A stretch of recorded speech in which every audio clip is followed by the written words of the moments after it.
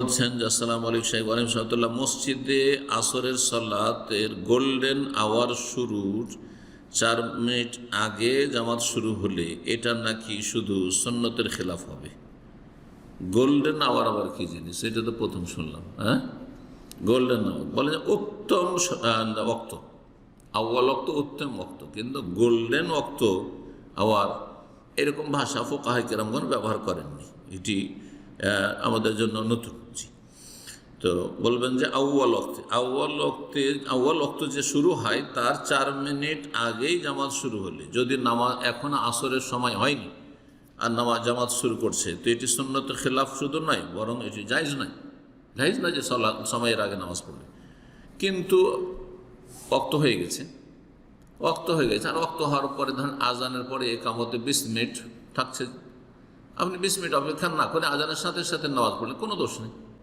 আজানের সাথে সাথে আজানের সময় হয়ে গেছে আসরের অথবা জোহরের, তারপরে সাথে সাথেও যদি পড়ে নেন কোনো অসুবিধা নেই। সফরে আছেন অথবা কোনো জায়গায় আছেন, আপনি মরুভূমিতে আছেন, মাঠে ঘাটে আছেন, কোনো অসুবিধা নেই, বা মহিলারা সাথে সাথে পড়ে নেবে। আর এর বিরুদ্ধে বলা নাকি দোষ ধরা হবে না, এই ধরনের কথা ভুল কথা। আল্লাহ রাব্বুল আলামিন যেন সঠিক বুঝদান করেন এবং সহিহ আমলে তৌফিক দান করেন। জাযাকুমুল্লাহু খাইরান। সুবহান রাব্বিকা রাব্বিল ইজ্জাতি আম্মা ইয়াসিফুন ওয়া সালামুন আলাল মুরসালিন ওয়ালহামদুলিল্লাহি রাব্বিল আলামিন। আসসালামু আলাইকুম ওয়া আলাইকুম সালাতুল্লাহ। প্রশ্ন হলো, মসজিদের ইমাম সাহেব ওর খাওয়ার জন্য মসজিদে 2টো টিফিন বাটি রাখা আছে। মসজিদের কমিটির পক্ষ থেকে বাড়ি থেকে খাবার আনার জন্য তা সত্ত্বেও উনি বাড়ি বাড়ি খাবার খেয়ে বেড়াচ্ছে। জি, এটা কতটা শরীয়ত সম্মত? এটা তাকওয়ার পরিপন্থী।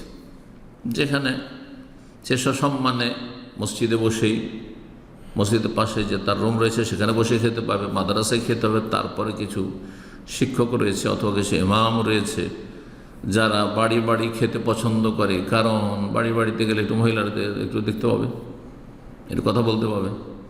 কখনো কখনো পর্দা তো নেই আমাদের দেশে, ইল্লা মাশাআল্লাহ, হ্যাঁ, সরাসরি এসে আপ্যায়ন করছে, খাওয়াচ্ছে, মহিলা খাওয়াচ্ছে। আমি এমনও পরিবার জানি, মাদ্রাসার ছাত্র খাওয়া দাওয়া করছে, আর ওকে যে লজিং মাস্টার বাড়িওয়ালা, তার মেয়ে, সাবালিকা মেয়ে, তাকে হাত পাখার বাতাস করছে। ওই যুগে, যে যুগে ফ্যান ট্যান কারেন্ট ছিল না, সেই যুগে এই ফিতনা, লজিং খাওয়ায়, জায়গির খাওয়াতে বড় ফিতনা রয়েছে। এজন্য কারো বাড়িতে খেতে যাওয়া অথচ আপনি ঘরে বসে খেতে পাচ্ছেন, এটি আল্লাহ ভীরুতার, তাকওয়ার, পরেজগারির পরিপন্থী। এতে পরেজগারি মানুষের নষ্ট হয়ে যায়, বা পরেজগারি নেই বলে এইসব কাজ করছেন। কেন করবেন আপনি? জি, এগুলি হচ্ছে মানুষের পাপের কাছাকাছি চলে যাওয়া আর নেকির রাস্তা থেকে দূরে সরে যাওয়া। আল্লাহ হেদায়েত দান করুন সবাইকে।